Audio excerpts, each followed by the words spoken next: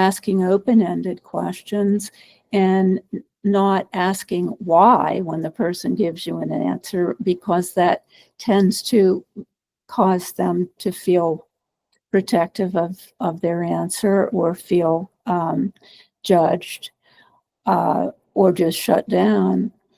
But just say, can you tell me more about that? I didn't quite understand what you were meaning. And then the other piece of that, as a part of that, is that reflective listening. It's like, what I heard you say was this. Am I right about that?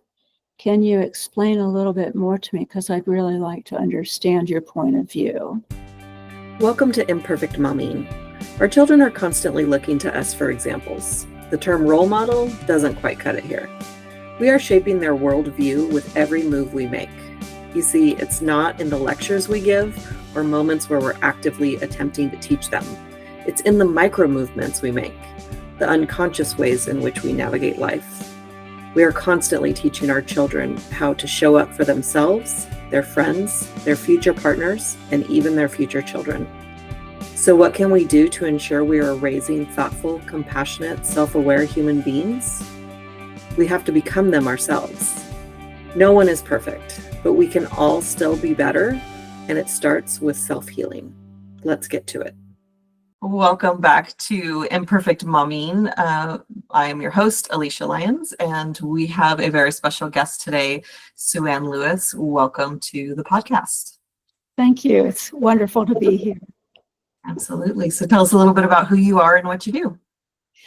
Well, I'm a wife, mother, dog mother, and dog enthusiast. I'm a trained psychologist, but I'm retired from clinical work and didn't want to go into the telehealth kind of situation.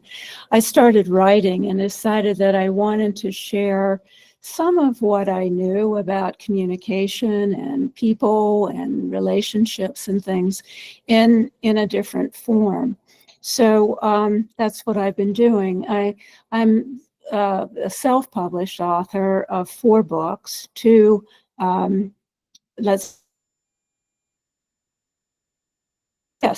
1 fiction. And right now I'm working on a nonfiction and a fiction. So just trying to keep busy. And it's really a very different atmosphere and learning curve. So it's been fascinating and challenging. But anyway, one of the reasons that I was interested in your podcast was because I feel like, especially looking at COVID days and being retired and having more time to observe people in other than a clinical setting, it just seems to me that it would help if people would communicate more effectively with one another and more directly with one another rather than talking and texting.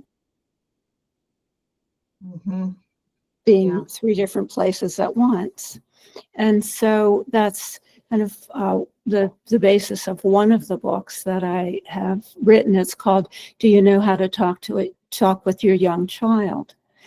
And learn the 4-step approach to converse and connect. And that kind of goes deeply into who I am. I don't know if you want me to just keep talking. I could talk forever, but Yeah, well, I was just wanted to say, I was like, you're a lot like me when it comes to writing. Like I don't just ever have one project going at once. It's always like there's multiple things. And I think, and I've been that way since I was more that way, I should say, when I was 16. I had like 7 books going at once. My. And I would have one that was like my main focus. But when I was 16, that was when the internet was first becoming a thing, and we had access to like creating websites. And so I created a website for my fiction stories that I would write. And so I would kind of focus in on one, and then somebody would email me and say, hey, when are you going to update such and such? And then I'd update that one real quick, and then I'd go back to the other one, you know. So I would have all these ideas, but I love what you said about communication as well, that we're having a little internet glitchy. I don't know if it's on my side or your side, but um, you were talking about, can you have a conversation without the phone, I think, or can you have a conversation face to face? And I think the essence of what you were talking about was also being fully present in the moment with a person.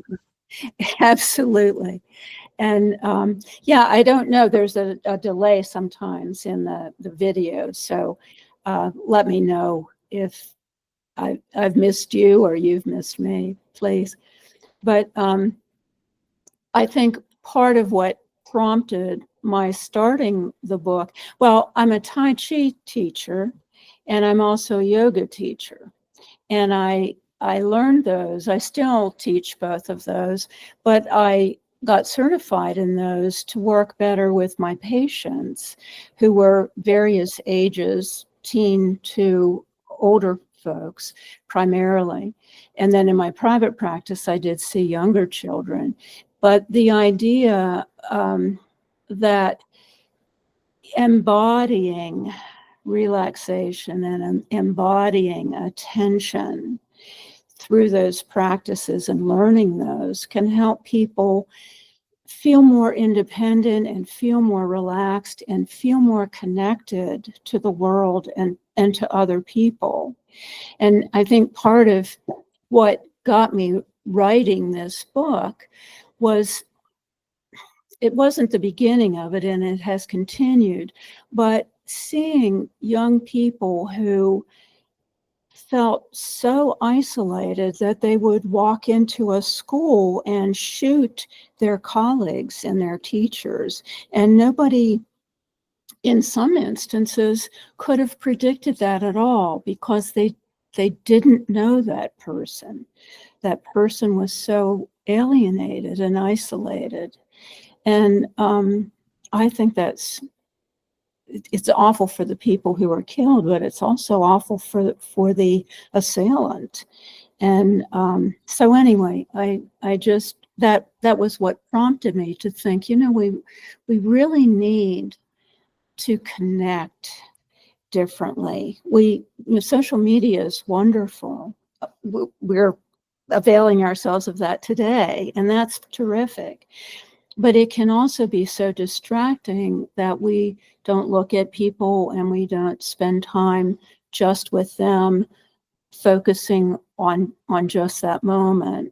And so anyway, that was a part of that. And then bringing in the yoga and the Tai Chi for ways of stretching and releasing tension from the day from both the parent and the child, and then focusing attention by allowing breathing that's deep, that sends oxygen through the body, that you set an intention to pay attention, if it's just 20 minutes or 30 minutes, even if it's just once a week, that special time that's committed to really being in the presence of your little one or your teenager or your spouse or whomever you're working with. I mean, it's not just age related, but for little ones, it helps them learn to feel that connection and to learn how to connect with other people. So it can be really important for parents or parent surrogates or early childhood teachers, therapists for children. And so that's my motivation for writing that book. Yeah, and it is important. And I have when I learned Reiki a couple of years ago, and my son was one of my practice people. He was the first one, I think. And I want to say we did 10 minutes, but it was 10 minutes of him laying there, no talking, no phone, no stimulation of any kind. And I remember him saying, like, that was weird. And Yes. and it's weird to not have external stimulation for, his generation. If, Mhm. and I didn't limit technology for a long time with him. He has more limits now. But during COVID, especially, video games were the only communication, were the only friendships that he could make, Right. because we were supposed to be apart from each other, or he'd be at school on Zoom, but you don't get to play with your friends on Zoom No. when, and his class actually did ask the teacher, that they were like, can we just have recess together, like where we're on Zoom together, where we can connect. It was, and I know that's a hard time. And so he got used to having way more video games and phone time and whatnot than I think that I would have allowed had he been able to go outside and play with friends or have friends come over. It's interesting because COVID really did change our society hugely because of the school situation, particularly, and also social stimulation for adults because we were so isolated. It's interesting, and then it's hard to back off that for you as a mom to say, well, that was just because of COVID. Now you can't be on those video games as much. That would be hard to back Yeah. away from that.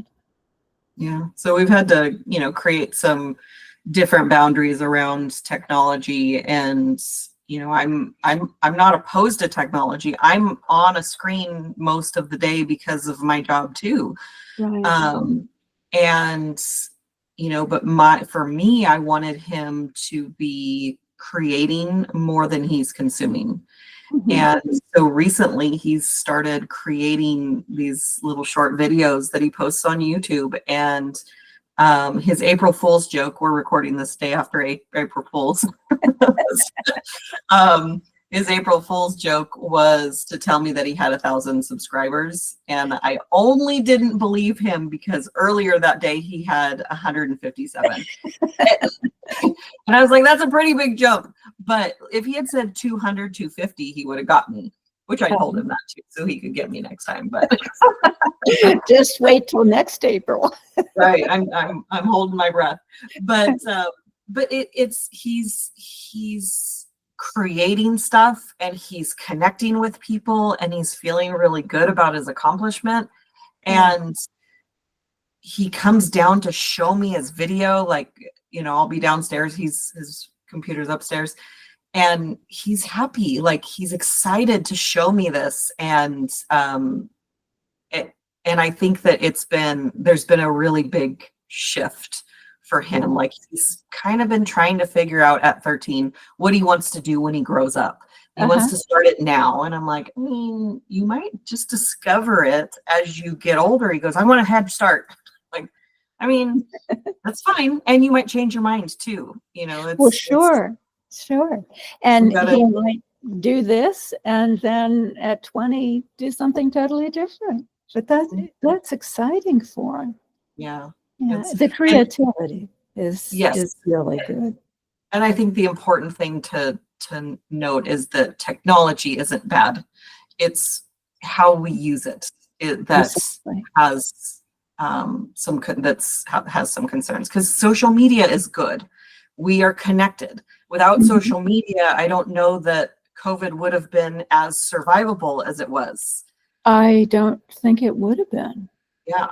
And there's a lot of people on there, speaking of communication, that don't communicate very well. Somebody will say something, somebody will respond, and then that person, or ask a question rather even, and that person will attack the question asker personally. Like, it has, my coach was on the debate team when he was in high school or college, and he's like, this isn't how we debate things. We don't attack the person.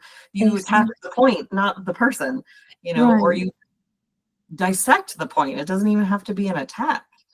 That's an interesting phenomenon you bring up, and that is that part of the issue with social media, I think, is that we can remain anonymous. We can attack and not just stand up in front of somebody and say, I don't like what you just said.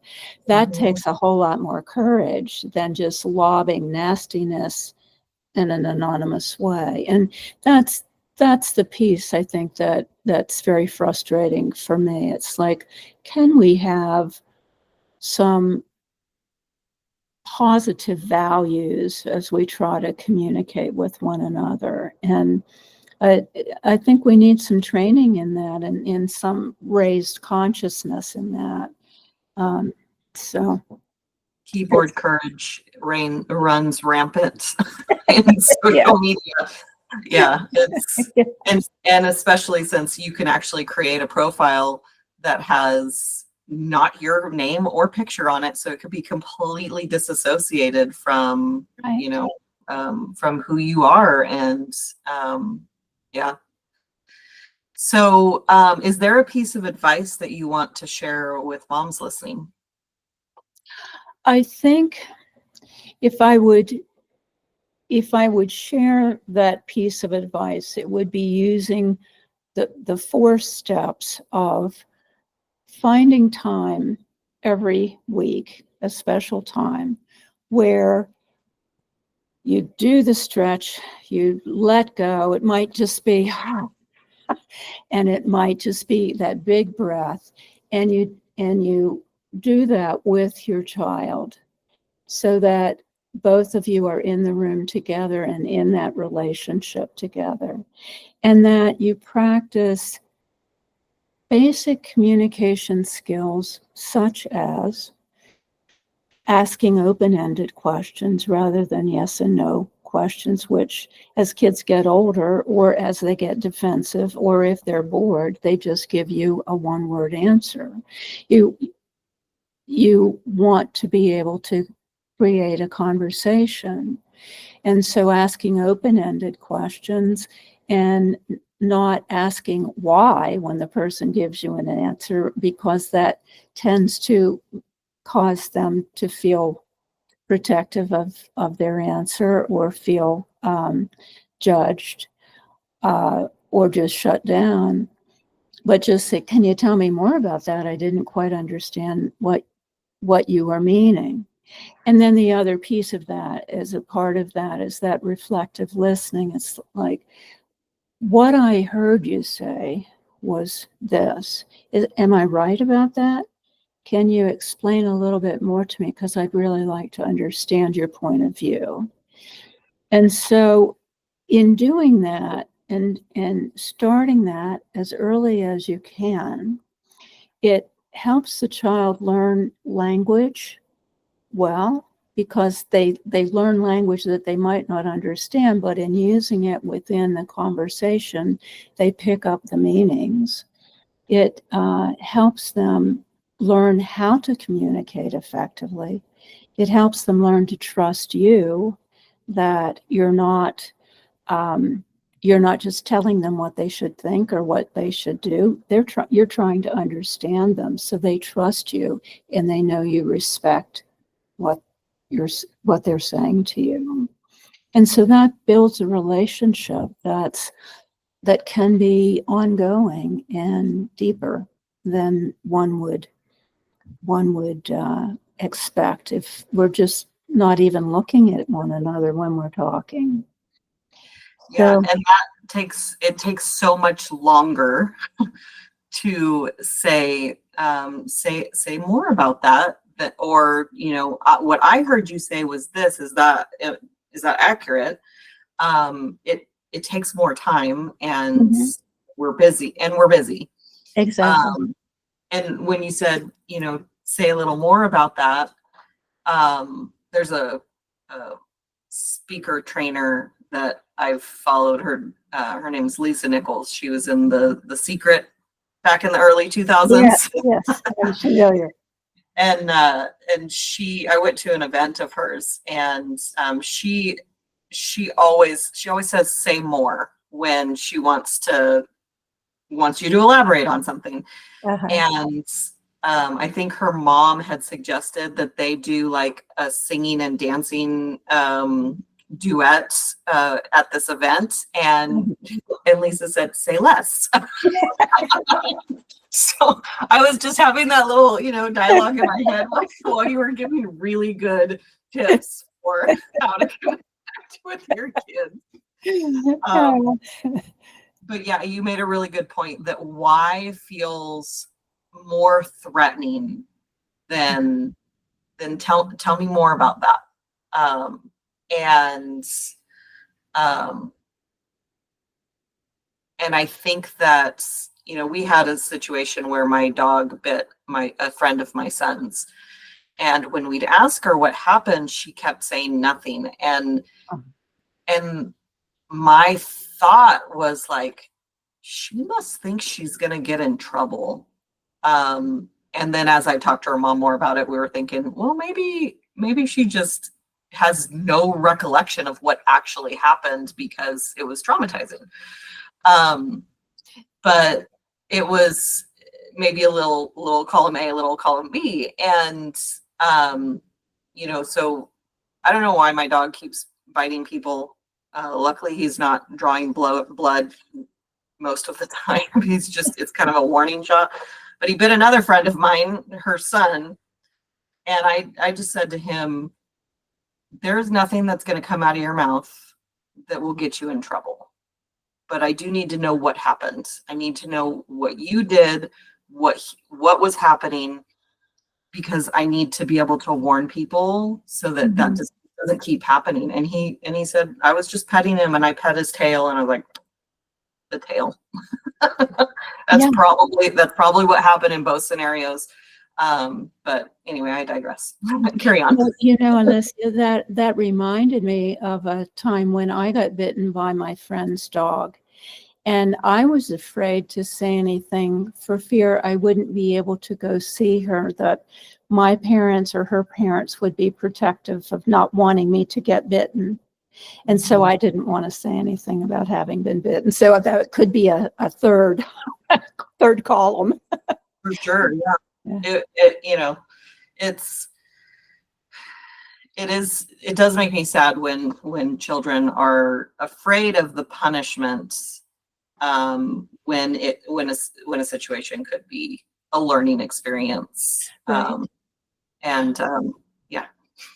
I don't know if we have time or not, but one of the things that I include in my book are these little vignettes. I kind of say jokingly, this is a book between Mr. Rogers' Neighborhood and Aesop's Fables, where they're just open-ended little stories, but in telling these animal stories, there is no end. It's just a looking at, this is what happened, and this is what the chipmunk said, and this is what the bear said, and so on. What would you do in that situation? Who do you think you like the best? What were they thinking? What were they feeling? And so in being able to discuss a situation, you have the same values at play, or the same situations at play, but different characters, and there's no right or wrong. And it gives that child the chance to not have to weigh, will I get into trouble for the answer that I give, but to be able to say, well, I would do this. I don't think he made a mistake when he did such and such. That kind of thing where it's abstract enough for the child to be open and kind of problem solve with you. And it teaches them how to problem solve with maybe some feedback and discussion from a parent in a way that they can use later. Now, do you remember when so-and-so in that story did such and such, and you said, do you feel that same way now that you've experienced that? And so you can use those characters as living characters in your ongoing discussion with your child, just as a way to feel safe and to think about how one would problem solve without having to come up with a definite answer, but being able to think about the emotions and think about the feelings or think about the thoughts that one would have in those situations. So it's just a way to be abstract or removed in a way, but also to be learning without having to feel judged or without having to come up with a correct answer, whatever that is. Yeah, I love that. It's more opportunities to create conversation between yourself and your child, and have teachable moments, and that's really awesome. Is there a book that's been instrumental in your personal development journey?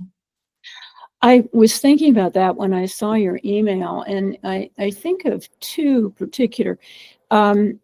Mindfulness is definitely a part of my practice of Tai Chi and yoga. And Thich Nhat Hanh, the Vietnamese Buddhist monk who wrote many, many books, has been a real inspiration for me in terms of looking at mindfulness techniques and doing it in such a beautiful, gentle way.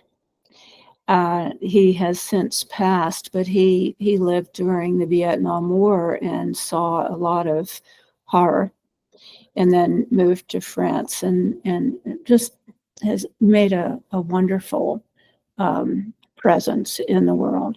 And then the other author I was thinking about is Jean Houston. I don't know if you're familiar with her. She's in her 80s now, but she was instrumental in the human potential movement, and she still writes and she still holds seminars and things. But her message to the world, and she has talked to the Dalai Lama and to the United Nations and such, is that each of us as human beings have positive potential to be the human that is needed in the world. And that has inspired me to think about how can I describe how people become that more ideal person within their lifetime, within their stories, within a novel, say within a nonfiction book. How can we be the very best that we could possibly be? And her books have been very inspiring. Yeah, it sounds like it. I was having a conversation with a friend of mine yesterday about just what she wants to put out into the world, and some of the self-doubts and self-criticism that kind of comes along with sometimes really big dreams. And I said, the world needs your light. And she said, you know how you can hear a Bible verse like over and over, and then like it could be a really powerful, or it is a very powerful verse the first time you hear it. But then the more you hear it, it just kind of loses its value. And that's kind of how that phrase, that the world needs your light, has landed just now. And I said, okay, that's fair enough. But it does need your light, and doesn't make it not true. it doesn't need your darkness. Like, it doesn't need your opposite of light, right? So it's she was fair point. And then where can our listeners find you? Oh, well, I have a website. It's a funky website. I need to revise it, but IT is not my strong suit. It's HTTPS 4 Steps Connect. 4 is the digit 4, 4stepsconnect.com. And they can reach me if they want some additional information. I have some descriptions more detailed descriptions of the communication techniques that are in the book and that we talked about at Dr. Suanne, Suanne, at fourstepsconnect.com. And I would be happy to send them something like that. So. Awesome. And the beautiful thing about the technology that we have now is there's usually hyperlinks everywhere. So you don't have to really, if you're trying to think about it or write it down, that it might be confusing. But if you go to the show notes and you click the website link, then it'll just take you right there. So that'll be great. Yeah. Well, thank you so much for joining today, Suanne, and for what you're doing in the world, and keep writing your books and keep shining your light. Thank you, Alysia. Thank you for having me on your show. Absolutely. So there will be another episode of Imperfect Momming for you all coming next week. And until we meet again, keep healing. Bye, guys. Thank you for tuning in to Imperfect Momming. It's time for us to step up and realize that our power is not in trying to shape our children. Our power lies in shaping ourselves into the people we want our children to model themselves after. Don't just do it for your kids. Do it for yourself. When you become a more self-aware, compassionate, and confident person, you and everyone around you benefit. For more information about me and my work, visit AlysiaLyons.com. That's ALYSIALYONS.com. And until we meet again, keep healing.